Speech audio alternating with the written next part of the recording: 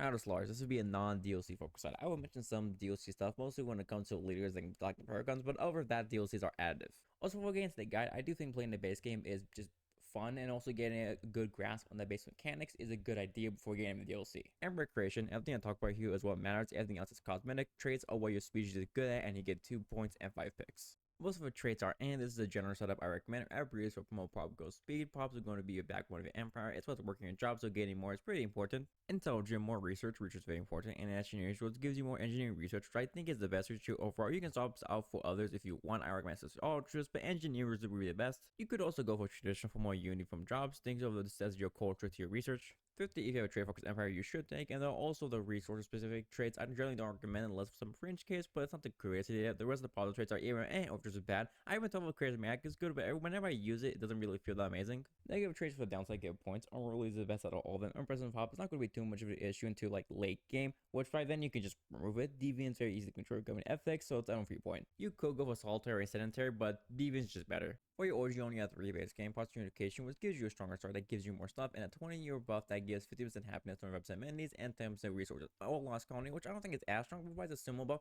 but forever to your starting planet, and Galactic Doorway, which makes me want to get my eyes out. Ethics, authority, and civic, total frontier cap happens, and hoping that maybe for me a slight tweak to your game, you want to get your shit kicked in. There is no bad ethics, so all good. Some are better than others, but you can really do what you want. I also explained edicts and living center because most ethics offer one or both. Edicts are empire-wide spanning buffs that cost Unity to start and can be covered by the Edict Fund. You can see that we eat to Unity. There are also campaigns that are the same, but energy and aren't covered by Edict Funds. Living standard changes the consumer good upkeep of props and changes the political power of the stratum. Political power weighs how much the power of the prop matters, which contributes to stability, which is basically like how the economy runs. There's also some other standards that have some specific bonus on top of that. You have 3 ethic points and can choose 3 base ones, 1 fanatic one that doubles the bonus, and you can't pick conflicting ones like no militarists or pacifists, although with how you can play base pacifists, you'll be surprised. Militarism, like the name implies, is a more aggressive focused playstyle of higher fire rates and cheaper claim costs, which are things you put on systems which cause influence, which is a fairly fixed resource, and do so both expensive and gives you a reason to go to war, since you need an actual reason to just go to war. You can't just declare war randomly once. You also get the no retreat war doctrine. I guess 33% fire rate, but you know your ships don't retreat. You lock this when completing tradition tree cost permanency, which is if you're going militarist, you're probably going to do anyway. I think the weak of the ethics was also civic exclusive ethics, and militarist has, I would say, the best one to stand sheet that you should go if you're going militarist. Xenophobe is the best ethic. The increased population growth speed and much cheaper influence cost on output is which how you expand is immensely useful. And you also get a field campaign that gives you 10% monthly unity. Even the downside of an empire unlike you much isn't that big of a deal, since you can at least make a friend of a neighbor. There's a reason why people play militarist and fanatic. Xenophobe is want to be stronger. Be xenophobe, it helps you expand faster. Also slavery.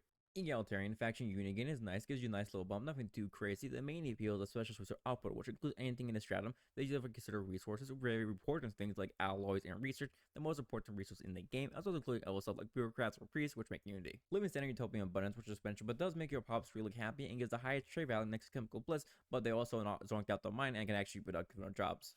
And you then increase your chance for your pops to change the edicts, which is generally bad because it's going to be messing around with your empire unless you want to make a switch, but otherwise it's not that great. You also can use autocratic forms of government, so oligarchic and only democratic if fanatic is pretty good ethic, as well as having access to great civics like meritocracy and citizen service, or well, the government type you're going to use will. Materialist is research. The living standard gives more research, and the civics give more research. There's also less for upkeep, which is whatever. That pretty much is it.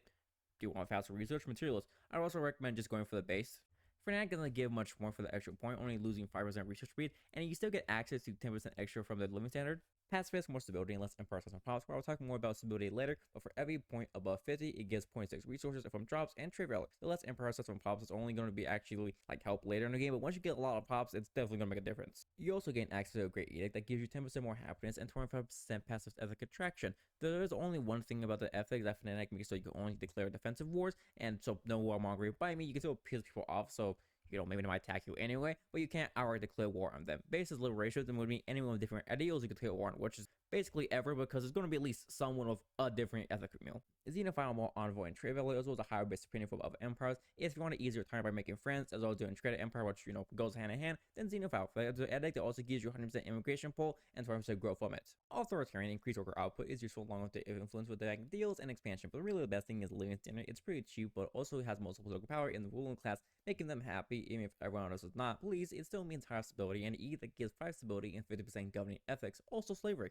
Spiritualist one for Unity, less edit cost and upkeep. Anything makes your priest output 20% more and 25% spiritual ethic attraction. Also, you get priests instead of bureaucrats and build temples. The priests are the same thing Unity make wise, but they also give two entities. I would even say that spiritualist is stronger than materialist, but research is generally stronger, and it's kind of a toss up for what you want to go for. You also get to call people heretics, so I mean, it's that too. I would recommend going something with a degree of either spiritualist or materialist, so you can unlock things a little faster, but otherwise pick what you want. Authority, democratic is more unity from factions and approval. You have election every 10 years, which is cringe and not based, so sometimes it can mess up who you want in council. You do get actually a pool size, which is quite useful, than having more of a chance to get the traits you want from leaders. Oligarch has elections too, but every 20 years, and you could play a single cost to elect the same person. It also arguably has the best authority. The increased experience gain for councils is pretty good, as the traits they get are big empires spreading white buffs. So you also get effective council skill, which adds to the position of the counselor. So like header research gains 2 research speed, at level 2 it's 4, and with oligarchy it would end up being 8. That also adds to agenda speed since it depends on the council's level and the role itself, so it also applies giving more XP for the counselors. But like Paragons is easily the best authority hands down. Dictatorial leader lose a pool size, but you rule delegate 20% experience gain. They also rule for life. Rule effects are quite good, giving 1080 fun pool level instead of normal 5, and 2% less propaganda usage, making so that you need less and that you're more effective, or just making people happier. Imperial windless little pool size, your capital system, whichever capital is, which is going to be your home, will gain 10% more resource, more power protection cap, which is influence gain from how big your navy is to your empire. Instead of having elections, you have an air, which typically literally you want, and both the hair and world dome upkeep, so you get a little extra unity. Your ruler gets the extra trait option, and so does the air. For civics, I'm not going to cover them because we would be for a while, but there are 4 builds I recommend. For egalitarian, the other efforts can be whatever you want. For authority, you have to go democratic. The civic parliamentary system will have your factions form the start of the game and give more unity from your factions. I get the factions later, but each prop is a part of them and they give you unity. With the build, you get a very strong early game unity generation. It falls a little bit, but a strong start is going to help you a lot, and get big ability. It's just a great civic and it's going to help you. Militus for really essentiality for ethics. You go what you want, but fanatics xenophobe just to be really aggressive, and people like the whole going to war because they typically want to kill every single xenophobe they come across. For authority, it could be what you want. I recommend either democratic or oligarchic. That gets in the service, will negative capacity, and you will have a bunch of solo jobs, and then producing unity is going to be very useful. Dictatorial authority with civic philosophical king, which gives 5 effective skill for your ruler, which means at least 60 eating fun and 10% less many usage. This can be paired with whatever else you really want. It's just a pretty good thing to have. For a ruler, go with charismatic. Nothing else is really good besides maybe sparky genius for scientists. Up here's your resources. You can click them to go to market and hover over them to see what they're producing, consuming resources. You can also do as a unity and tag, with each resource would bring you to the perspective window. Influence is going to be useful for your expansion of what we claims alphas, getting only from the base 3 production, rivalries, and power projection, which your navy size compared to your empire size. Its natural cap is 2. There are other ways to get this, but these are the main 2 sources. Click on negotiate claim, which gives you reason to go to war and get territory easier from it. Empire size is going to be from your systems, colonies, which is the planet you have, districts, and pops. It's going to be mostly pops. Each one is 1, and you will have a lot going to be game more throughout the game. For each point above 100, slows down your attacks by 0.10 and stress by 0.20, among a bunch of other effects. There really isn't a way to reduce empire size besides directly reducing it through perks, civics, and whatnot, as well as making your jobs more efficient, needing less things to increase empire size. You also cannot claim every single system. If it isn't linked to a system you want to resource switch, has a planner or choke point, do not build outposts in it. It won't reduce your empire size by much, but you're also saving yourself some influence and alloys. Starbase capacity is gained from text, tradition, how many systems you have. Negative capacity is mostly from anchorages and solo jobs. The situation log shows any question, the time of project, and person in the camera takes you to the system it's in. Government tab, you can see your channel what is active. You can rush them here for Unity. You can also see what agenda is available and what is the cooldown. Here is your edicts and policies. We'll talk more about policies later, and your factions. There's also council legitimacy over here. So as I'm going across this mess of script plus video I've redone like 4 times now, I realized I've got to talk about policy. What matters is really only your economy and domestic stance. Your domestic stance should be expansionist when, well, expanding, and that's really from the first 40 to 50 years of the game. Once you're done with that, kind of depends on your gameplay, but isolation is always good for the extra month of unity. All they want to be friendly, going cooperative for the improved relationships, for all the trade deals, and research agreement, all of that. And if not, going belligerent for extra negative capacity is quite useful, as well as the war exhaustion and stuff. There's also your economy type, which just changes the output of your mill or just artisans. You can make them produce 25% more and then 25% less, or just be neutral. I generally like a militarist, where you can shift it as needed for your economical needs, and keep in mind you only change it every 10 years, so when you do, make sure it's not, really going to mess things up, or if it's really your game plan. So Society Manager tab is just traditions. You can see how much longer it will take for your next tradition. This is your tech tree, which shows the research you need to complete and how much time boost is getting. Leader tab shows you the leaders you have, the class capacities, the pool, which refresh every 5 years. Species right here, you can see species here, the traits, the rights, mainly living standard. You also can modify the traits when getting the right text, and you can also act as a menu by pressing on your props in your resource tab. In the sector, for the most part, doesn't matter. Expansion planner shows you the world discovered and the relative info, like how far the planet is, type of district, size, features, and you can also send and build colony ships from this menu too. Fleet manager, here you make your fleets. Here you can see how much it costs to reinforce, upgrade. Here is your ship design. You can make custom designs with say already generated design. This can be its own video, so I won't get the ship design here. Contact shows the empires you have met, all the options you have for them. Your outliner government shows planets, sectors, star bases. Your ships show your ships, and politics checks factions. I'll talk more about factions later. As you go around exploring, it's also good to find choke points in your area. The less the better, so you have good defendable points to put defensive star bases in, which you do by putting gunner barriers and other offensive models in your star bases you get from techs. It will be an area that multiple systems converge on, and I will try to get these claimed fairly quick, as you never know how close of an empire is and if they're going to be friendly. Also, if you can make your way to Nebulous, these named areas, here you can put buildings and starbase which will allow you to make refiners which get 10 minerals a month. You get this with tech you get fairly early on, and they are great to build anchorages in those refineries, as well as to give exotic gases when you get a tech for it. If you didn't spawn next to one, that's fine, but it is nice to have one near you.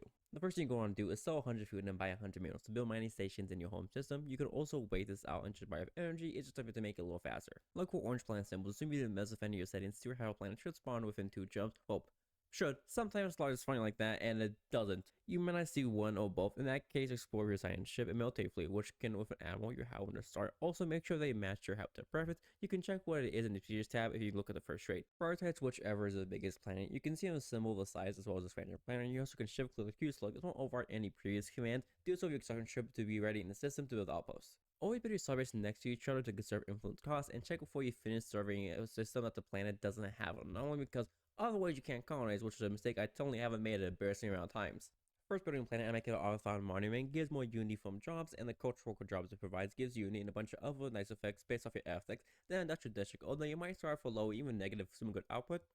Depending on your setup, if so, build the industrial, then monument afterwards. I would build a hull there, then go a future slot after that, with other districts sprinkled in as you needed. Level 2 planets, one could be an industrial and the other could be a mining or generator. You could also set it up where you have an industrial district to be on your capital and the other two be mining in general, while placing your basic resource in capital, as the others can support the resource need. Always be building mining stations. I usually avoid being resource stations because they aren't really worth it. Once you have abundance and minerals that you can. Planets nation do what they do. Mining is minerals, generate for energy, agri-food, urban trade. You should at least have a core 5 rural true capital, which is your research, and I like to make part industrial district, then a dedicated mining, generator, forge, and factory. Forge, factory, and industrial. Forge makes all ally producing, factory all consumer goods, and has 20% upkeep production, compared to industrial, which is 10%, and so between the two. If you have one of your first 2 wars on industrial, you can transition to a forge world once you have a factory able to upkeep. You also can generally want to have your forge world be the biggest world, as alloys is one of the most important resources. You also can switch destinations whenever. It's free and it seems to only take a couple in-game days, which are full speed is like a few seconds. Trade only go for as a setup for trade, but if you are, you should make one of your core worlds. And the fun thing about trade is you can be on even the smallest of planets, and this can take care of your energy production. Tech world I usually avoid unless I have a small planet. That was one of my starting that just made a basic resource producing one you could transition into if you don't need it anymore, and have a more developed planet that can handle the resource load. Worlds are a bit more fringe case when you have a smaller world to have a decent distribution of basic resources, and you can make it a real world once you have like a nice distribution of jobs. I wouldn't intentionally make it a world only if you like initially start as a mining world, but it's like 4 districts, and then you start going like generator and have like a nice, even amount of them. Then I'll transition to that.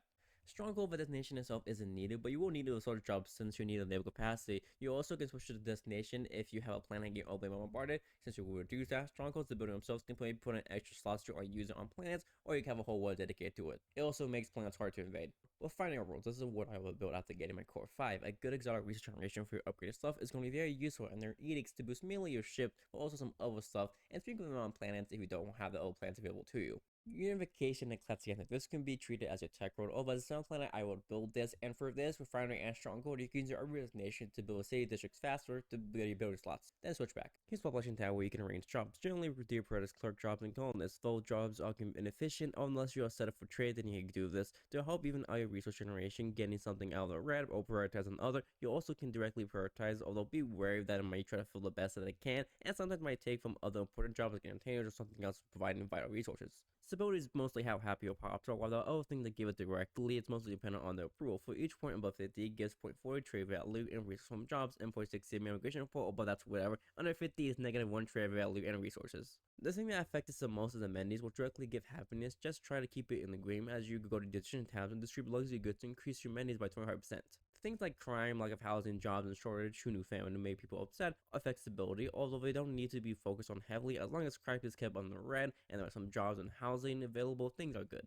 Power approval is also affected by the political views, where you can see your faction, which each pop belongs to. You can see the ratio here on the ones well sizes. Film will make your people happier. They're also living standards with the political power that weigh their approval, which also includes the happiness, although typically evens out, as in the rulers have normally the highest political power but the smallest groups, and the workers are vice versa. But yeah, keep them relatively politically appeased, the many's in the green, housing and jobs available, although the unemployment penalty can be ignored by living standards like social welfare and abundance, and keep crime low. Traditions. You should always start with discovery. It gives even more stars, gives you more survey speed, depending on if your planet's close, change the order you should get it. If your planets are close, expansion for fast colonization, into colonization forever for extra pop colonization, which gives you extra pop even in the process of being colonized, it still works, then into a new life for extra pop growth. If they are forever go for boldly if they forever go for boldly go into expansion into future stars, getting a colonized forward into a new life. Either case, finish your discovery, all the traditions are good, and finishing the tradition gives you 10% research, then finish the expansion. I recommend 3 after supremacy, harmony, and prosperity. Supremacy is a military focus and will give you access to a no retreat doctrine with your militarist. You could go this for first for aggressive early game, prepare less upkeep, more resources, and fast building. It's really good all around. If you're going wide, going for this tree for 20% resource output is a pretty good idea. Harmony gives stability, less crime, and less empire system pops. You could take supremacy or prosperity as your second if you're playing more tall. Expansion ends that needed. It's a good take if you're going tall most for 20% pop growth, but those two are more beneficial overall of doing so. Essential perks to Well Wife 3 I recommend getting first. Tech on Ascendancy gives 10% more research. If not getting this first, gets a higher chance to get rare text as well. In the Zelda Brain, Tick is only the first pick if you want to expand really aggressively and fast in the early game. You don't really need it if you have Fnatic Xenophobe, but if you do, it takes your influence cost really low, next to nothing. It also reduces claim cost. One of Vision, the 10% monthly Unity and 10% less pop many usage and 50% governing ethics is pretty good, although I would usually take this second or third. Although perks are pretty good, I will avoid Executive Vigor and Concentrated Worlds, but everything else is fine. Leaders aren't too complicated. They do what they do. They cost you to recruit and upkeep and repool the fetch every 5 years.